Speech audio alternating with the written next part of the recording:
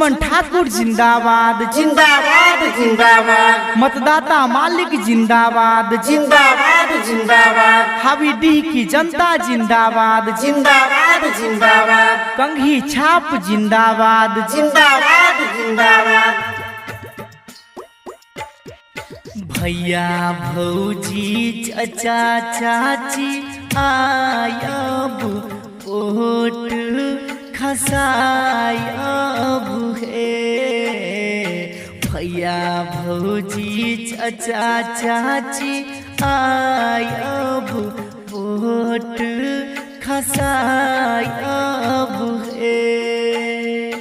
कंघी छाप पर सब मिल जाई के बटन दबायब हे भैया भौजी सब गोटे आयब वोट खसायब हे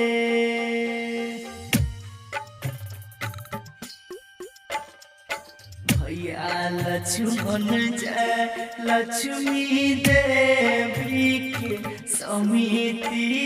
बनायब हे भैया लक्ष्मण जय लक्ष्मी देवी के समिति बनायब हे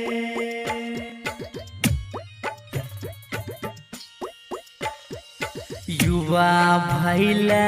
अपन सुयोग्य युवा नेता युवा भैला अपन सुयोग्य युवा नेता गरीब के लाल किसानक बेटा दै छी हकार स्वीकारब वोट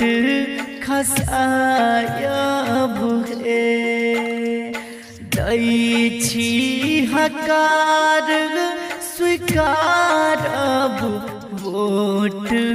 खसायब हे कंघी छाप पर बटन दबायब वोट खसायब हे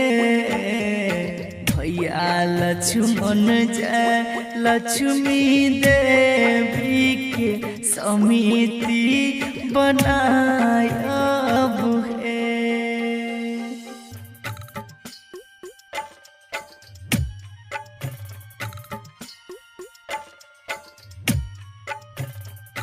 भैया लक्ष्मण जय लक्ष्मी देवी के समिति बनायब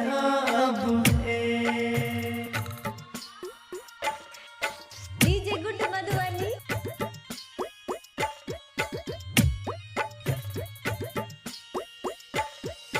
मांगै छी आशीष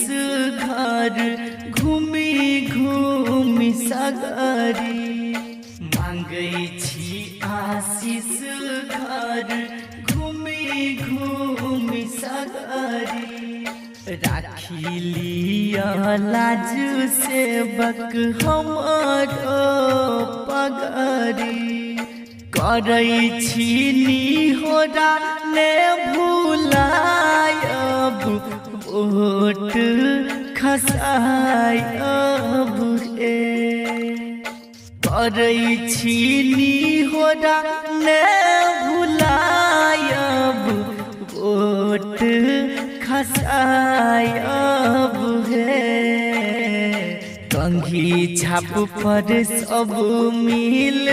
जाई के बटन दबायब हे